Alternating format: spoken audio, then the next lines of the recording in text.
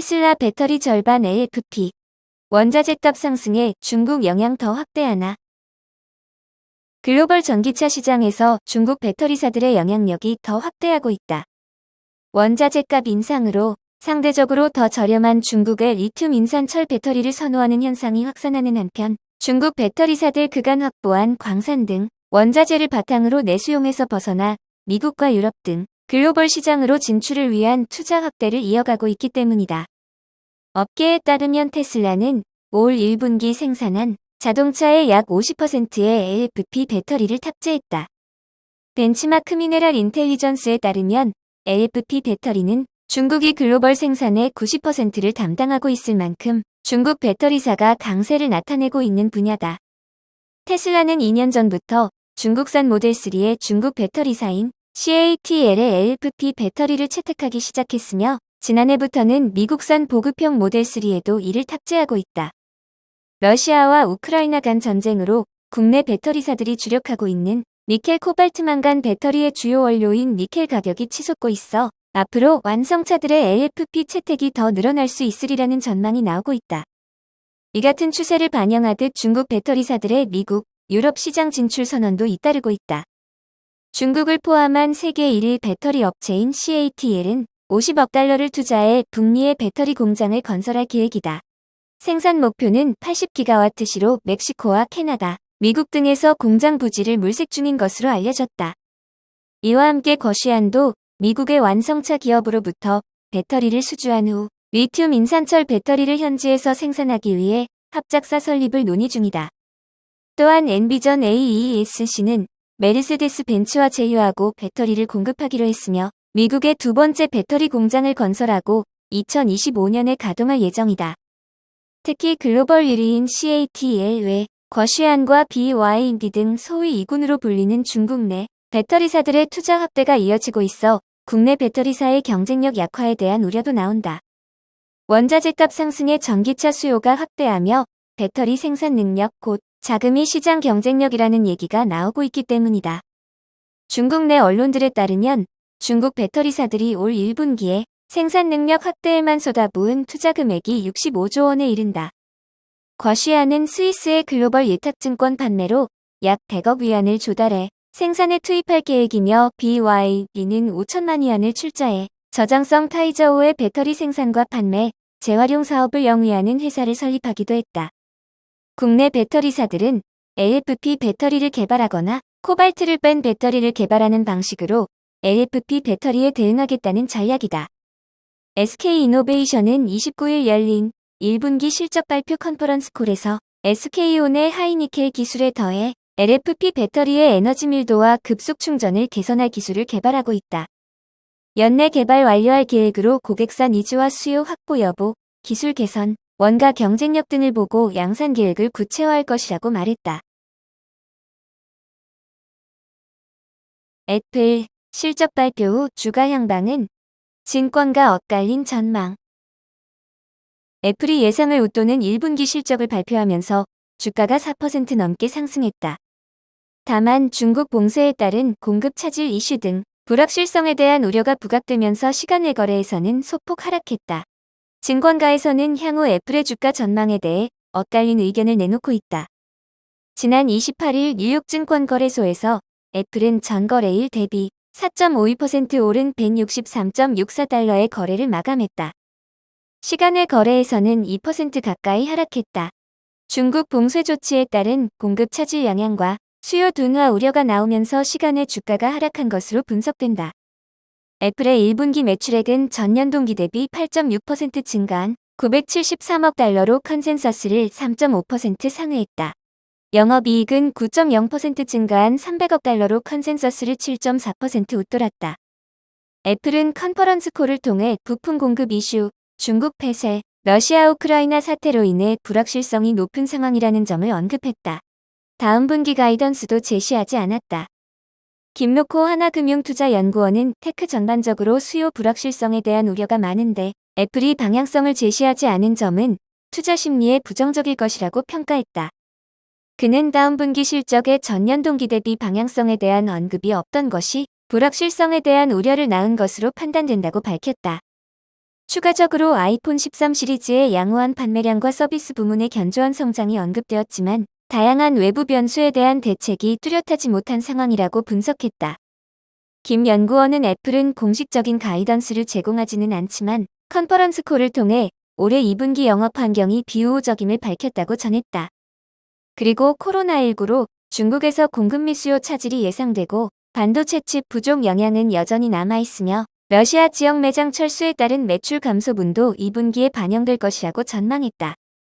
류영호 미래재증권 연구원은 불안정한 매크로 상황에 타 업체 대비 잘 대처하고 있으나 완벽히 벗어날 수는 없다며 방어주로서는 여전히 매력적이나 불확실한 요소가 해소되기 이전까지 모멘텀은 제한적이라고 내다봤다. 일각에서는 단기 실적에 대한 우려가 있음에도 애플에 대한 긍정적인 전망을 유지하고 있다. 조철희의 한국투자증권 연구원은 지난해 1분기에는 매출액이 성수기 이연 효과로 일시적으로 양호했는데 기저효과에도 불구하고 아이폰 13 시리즈 판매 호조로 매출액이 늘었다고 언급했다. 또한 맥도 자체 개발 CPU인 M1 칩 효과로 14.6% 증가했다고 분석했다. 다만 아이패드는 지난 분기 실적 발표에서 언급했던 것처럼 반도체 칩 공급 문제로 전년 대비 2.1% 줄었다. 조 연구원은 단기 실적에 대한 우려가 있지만 여전히 애플에 대한 긍정적인 의견을 유지한다며 애플의 기존 투자 포인트인 선하드웨어 확장 후 서비스 매출 증가 전략은 차질 없이 진행 중이라고 평가했다. 그는 향후 AR, VR, 애플카 등 다양한 애플리케이션 추가가 예정돼 있고 기존의 앱스토어 및 애플 TV 등 서비스 경쟁력도 강화되고 있다며 단기 외부 환경에 의한 주가 조정은 항상 회사의 경쟁력 제고로 극복해왔다고 설명했다. 이규하 NH투자증권 연구원도 단기적 공급 차질 및 수요 둔화를 우려하기보다 하반기 신형 아이폰 14 시리즈 판매 호조세, 서비스 성장세를 고려한 매수 전략이 유효하다고 판단된다고 말했다. 마이너스 손 눈총 받는 테슬라 대항마 리비안. 한때 테슬라의 대항마로 불리며 뉴욕 증시의 새로운 신데렐라로 급부상했던 미국 전기차 스타트업 리비안이 마이너스의 손으로 눈총을 받고 있다. 지난해 11월 8일 뉴욕 증시에 상장한 리비안은 상장 당일 30% 폭등해 주가가 $102까지 치솟았었다. 제2의 테슬라라는 기대감 때문이었다. 그러나 올 들어 월가의 기술주 매도세가 출현함에 따라 리비안의 주가는 $30까지 떨어졌다. 공급망 경색으로 2022년 생산 목표를 25,000대로 축소한 리비안의 주가는 연일 급락 중이다. 지난달 29일 뉴욕 증시에서 리비안 주가는 전거래일보다 6.03% 급락한 $30.24를 기록했다. 리비안은 전고점 대비 70% 이상, 올 들어서만 50% 이상 급락한 것이다. 리비안만 급락한 것이 아니다. 리비안에 투자한 포드와 아마존도 급락했다. 이날 포드의 주가는 3.15%, 아마존은 14.05% 각각 폭락했다. 이날 포드와 아마존이 급락한 것은 각각 리비안 투자로 대규모 손실을 보았기 때문이다. 포드는 리비안 지분에서 $54억 시가총액 손실을 포함해 1분기에 모두 $31억 손실을 기록했다고 발표했다. 특히 아마존은 주가가 14% 폭락했다. 아마존은 실적 발표를 통해 지난 1분기 주당 손실이 $7.56라고 밝혔다. 리비안에 대한 투자가 막대한 손실을 가져온 것이 이들 기업 주가 폭락의 주요 원인이 됐다. 아마존은 리비안의 주식 18%를 보유하고 있다. 앞서 아마존은 배송 트럭을 모두 전기차로 교체하는 작업을 하며 리비안에 대규모 투자한 바 있다. 그런데 리비안 주가가 지난 1분기 동안 폭락하면서 아마존의 관련 투자 손실은 $76억 불어났다. 아마존이 손실을 낸 건 2015년 이후 7년 만이다. 리비안은 매사추세츠 공과대학교 출신의 엔지니어인 스카린지가 지난 2009년 창업했다. 테슬라가 세단인 모델 3와 모델 S, 스포츠 유틸리티 차량인 모델 X 등 주로 승용차에 집중하고 있는 것과 달리 리비안은 상용차와 SUV를 초기 주요 모델로 내세운 점이 특징이다. 리비안은 지난 9월 14일 일리노이 공장에서 첫 번째 전기 픽업 트럭인 R1T를 출고했다. 현재 테슬라를 비롯해 제너럴 모터스, 포드 등 기존 완성차 업체들도 전기 트럭을 개발 중인데 이들보다 앞서 전기로 달리는 픽업 트럭을 선보인 것이다. 지난 10월 말 기준 미국과 캐나다에서 R1T와 R&S 예약 주문량은 55,400대를 기록했다. 시진핑, 코로나 충격, 중국 빅테크 부동산 살리기 신호. 시진핑 국가주석을 중심으로 한 중국 지도부가 코로나19 대유행으로 큰 충격을 받은 경제를 안정시키기 위해 기술, 부동산 산업 규제를 완화하는 데서 한 발 더 나아가 적극 지원 기조로 돌아설 수 있다는 정책 신호를 발신했다. 연합뉴스는 관영통신인 신화사를 인용 중국 공산당 중앙정치국이 이날 시 주석 주재로 열린 경제대책회의에서 플랫폼 경제의 건전한 발전을 촉진하겠다며 플랫폼 경제의 특정 개선 문제를 마무리하고 상시적 관리 감독을 할 것이라고 보도했다. 중국 당국이 말하는 플랫폼 경제란 알리바바, 텐센트 등 거대 기업들이 주도하는 인터넷 산업을 가리키는 말이다. 중국 당국은 2020년 10월 알리바바 창업자의 당국 규제 정면 비판 사건을 계기로 전면적인 빅테크 규제에 나섰다.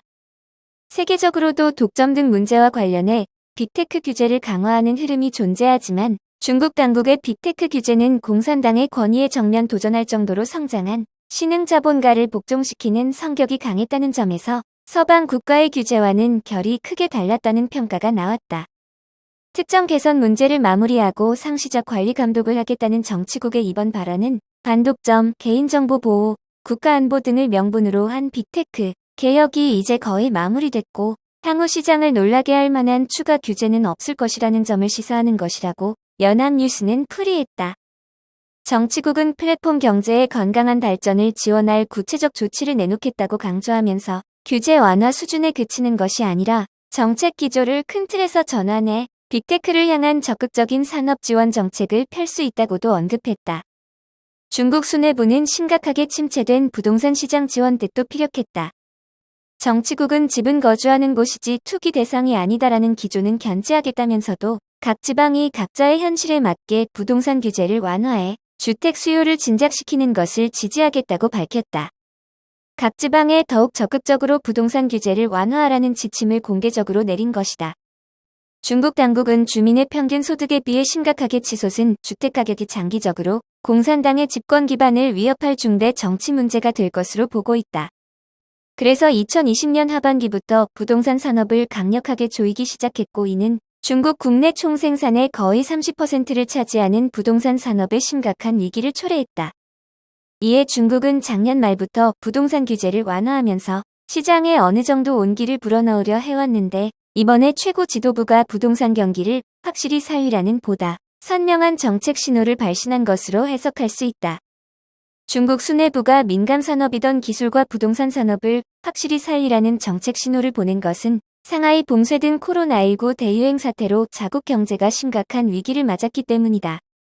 정치국은 이날 회의에서 코로나19 사태와 우크라이나 위기가 초래한 위험과 도전이 증가해 우리나라 경제 발전 환경의 복잡성, 심각성, 불확실성이 상승하면서 안정적 성장, 고용 안정, 물가 안정이 새로운 도전에 직면했다면서 위기감을 드러냈다. 그동안 시장에서는 중국 당국의 거친 민간 기업 규제가 초래한 빅테크 사업 위축과 부동산 침체가 중국의 급속한 경기 둔화의 주요한 원인 중 하나라는 지적이 끊이지 않았다. 결국 코로나19가 초래한 심각한 경제 위기 국면 앞에서 중국 공산당 수뇌부가 좌양좌 행보를 접고 확실한 우양우 의지를 보여준 것으로 평가할 여지도 있다. 중국 CATL 교체식 배터리 사업 본격화. 낮은 범용성은 걸림돌. 세계 1위 배터리 기업인 중국 CATL이 전기차 배터리를 갈아 끼우는 방식의 교체식 배터리 사업을 본격화하고 있다. 전기차 배터리 충전 시간을 줄이고 전기차 비용의 40%를 차지하는 배터리 비용을 아낄 수 있어 전기차 구매 장벽을 낮출 것이라는 전망이다. 다만 안정성에 대한 우려의 목소리도 나오고 있다. 업계에 따르면 CATL은 최근 배터리 교체 서비스 센터인 이보고 운영을 시작했다. 이보고 센터는 전기차 운전자가 스마트폰 앱으로 교체할 배터리 수를 정하고 교환소에 방문하면 바닥에서 기계가 올라와 기존 배터리 대신 충전된 배터리로 교체해주는 방식이다.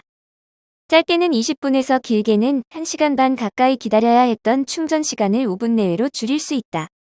배터리의 에너지 밀도는 kg당 160W시로 한 개 탑재로 200km 주행이 가능하다. 총 3개까지 탑재할 수 있어 최대 600km를 주행할 수 있다. 개당 월 임대료는 399위안이다. CATL은 중국 남동부 푸젠성 샤먼시에서 4개 센터를 시작으로 30개 센터를 추가 구축한다. 향후 센터 서비스 지역을 중국 10개 도시로 확대한다는 목표다. 이에 중국 정부 또한 베이징, 난징 등 11개 도시를 전기차 배터리 교환 사업 시범 지역으로 지정하는 등 국가 주도로 사업을 성장시키고 있다. 전기차 배터리 교체 서비스는 배터리를 탈부착으로 교체할 수 있게 만들어진 차 모델만 이용할 수 있어 지리, 니오, 둥펑, 창안, 베이징 자동차 등 중국 내 주요 완성차 기업이 배터리 교체형 전기차를 출시하고 있는 것으로도 알려졌다. 단, 전기차 배터리 교체 사업은 긴 충전 시간의 불편함과 배터리 비용 문제 등을 해결할 수 있다는 이점에도 불구하고 범용성 문제로 중국 외 국가에서는 아직 큰 관심을 두고 있지 않다. 안정성 및 이용률 유지 등도 해결해야 할 문제로 꼽힌다. 실제 국내에서도 오토바이 등 이륜차를 대상으로 한 배터리 교체 사업 구상 정도만 나와 있는 상태다. 업계 관계자는 모든 전기차의 배터리를 표준화시키지 않는 이상 교환 범위가 한정될 것이라며 또 배터리는 처음에는 100%이지만 사용할수록 90%, 80%로 수명이 줄어드는 구조기에 주행거리에 문제도 있을 것으로 보인다고 밝혔다. 이어 무엇보다 안정성 문제가 제일 크다며 배터리 상태를 알 수 없는 리스크가 커 고객이 안심하고 쓸 수 있을지 의문이 든다고 지적했다.